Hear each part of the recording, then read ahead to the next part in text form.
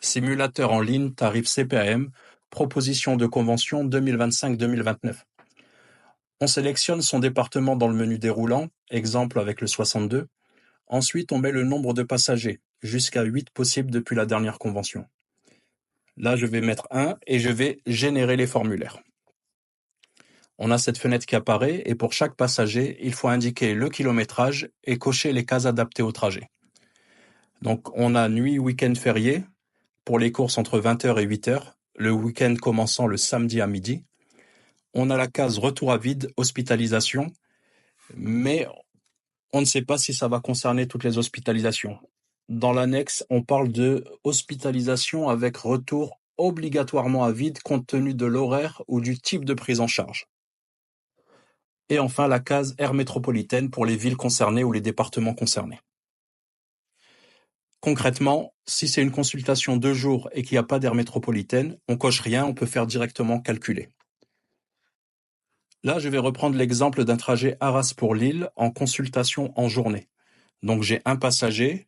Pour le kilométrage, je vais mettre 55. Et comme il va sur Lille, je vais cocher forfait aire métropolitaine. On fait calculer. On a le détail du résultat qui apparaît pour un total de 89,20. C'est un trajet, quand ça roule, c'est 45 minutes et en heure de pointe, c'est 1h30, voire plus.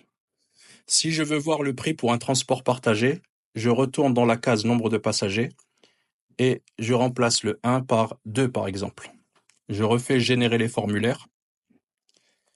Et là, pour chaque passager, je vais devoir compléter. Donc le premier habite toujours à 55 km et va toujours à Lille, donc forfait.